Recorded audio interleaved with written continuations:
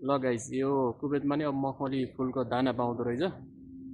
यो लैजाने एउटा गमलामा माटो हाल्ने अनि सर यो छर्दिने तिहारभन्दा अगाडि। अनि तिहारमा चाहिँ चट्ट यो रेडी हुन्छ।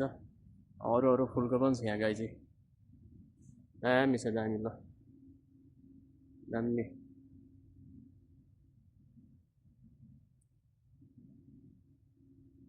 यहाँ त यो फर्सी गोबी मकै टमाटर के हो विविध छ गाई। यता पनि छ गोबी छ है।